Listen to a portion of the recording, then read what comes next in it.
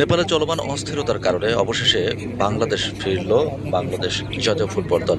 এবং এই কয়েকদিন তারা আসলে হোটেল বন্দি অবস্থায় ছিল। শেষ পর্যন্ত বাংলাদেশ বিমান বাহিনীর একটি বিশেষ বিমান বাংলাদেশ থেকে উড়ে যায় নেপালে, এবং এরপরই বাংলাদেশ দলের ফুটবলারদের নিয়ে সেই বিমানটি দেশে অবতরণ করে এবং কিছুক্ষণ আগে দেশে ফিরলেন জামাল তোপুরা। ভয়াবহ এক অভিজ্ঞতার মধ্যে দিয়ে গেছে পুরো ফুটবল দল, সে ব্যাপারে আসলে কোনো সন্দেহ নেই।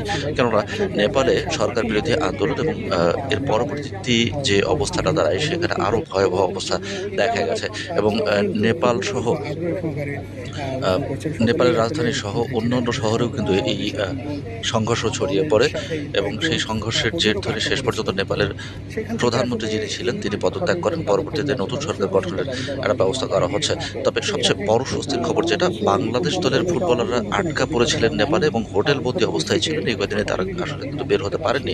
গতকালও একবার অ্যাটেম্প নিয়েছিল বাংলাদেশ দলের ফুটবলাররা, তারা আসলে সেখান থেকে অর্থাৎ হোটেল থেকে এয়ারপোর্ট অব্দি পৌঁছাতে পারেনি। তার আগেই নেপালের যে আইন শৃঙ্খলা বাহিনী ছিল তারা জানিয়ে দেয় এই মুহূর্তে আসলে এয়ারপোর্ট থেকে ফ্লাই করা সম্ভব নয়, কেননা নেপালের আকাশপথ বন্ধ করে দেওয়া হয়েছে। অর্থাৎ নেপাল থেকে কোনো বিমান দেশের বাইরে যাবে না, এবং নেপালেও কোনো বিমান ঢুকতে পারবে না।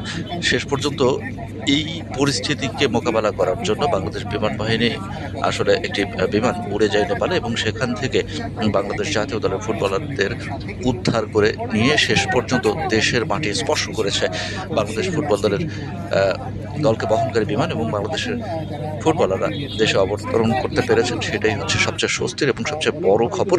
এবং তারা নিশ্চয়ই পরিবারের কাছে ফিরে যাবেন, এবং এই ভয়াবহ অভিজ্ঞতা নিশ্চয়ই সারা জীবন তাদেরকে বয়ে বেড়াতে হবে, যেখানে বাইরে ক্রমাগত উত্তাল অবস্থা এবং প্রাণহানির মতো ঘটনা ঘটছে।